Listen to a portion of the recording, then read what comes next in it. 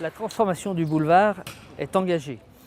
Il y a quelques mois, les études nous ont montré qu'il fallait garder les arbres et éviter de déstabiliser les sols. On va donc juste enlever la couche de goudron pour laisser place à des végétaux de différentes espèces, différentes variétés, qui permettront d'avoir 2 bandes vertes de chaque côté sous les arbres.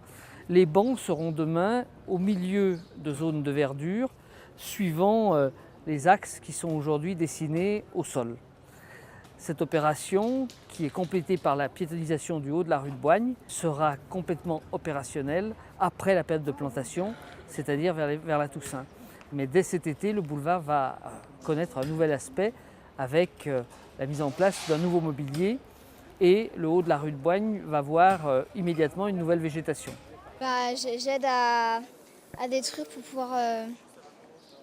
pouvoir remettre la terre, pour pouvoir enlever le sol et replanter des choses.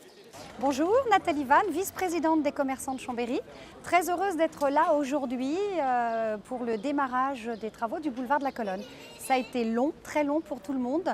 Donc c'est un grand moment de positivité pour toutes les personnes que vous avez autour, tous ces commerçants et bien évidemment tous les Chambériens qui attendent ce moment depuis longtemps.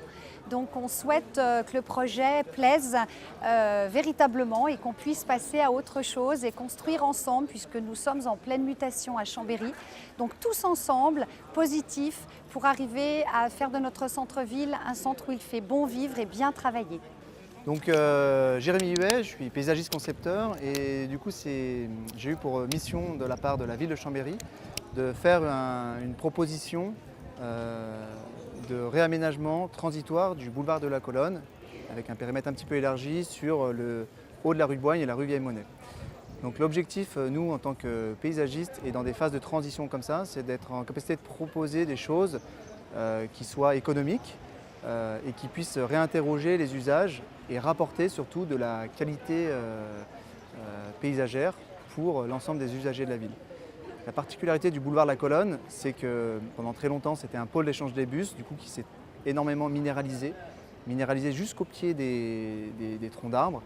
Et du coup, le parti pris du projet, c'était de redonner en fait de la place aux racines et de venir extruder, gratter, l'enrober au pied de ces arbres pour retrouver des espaces végétalisés.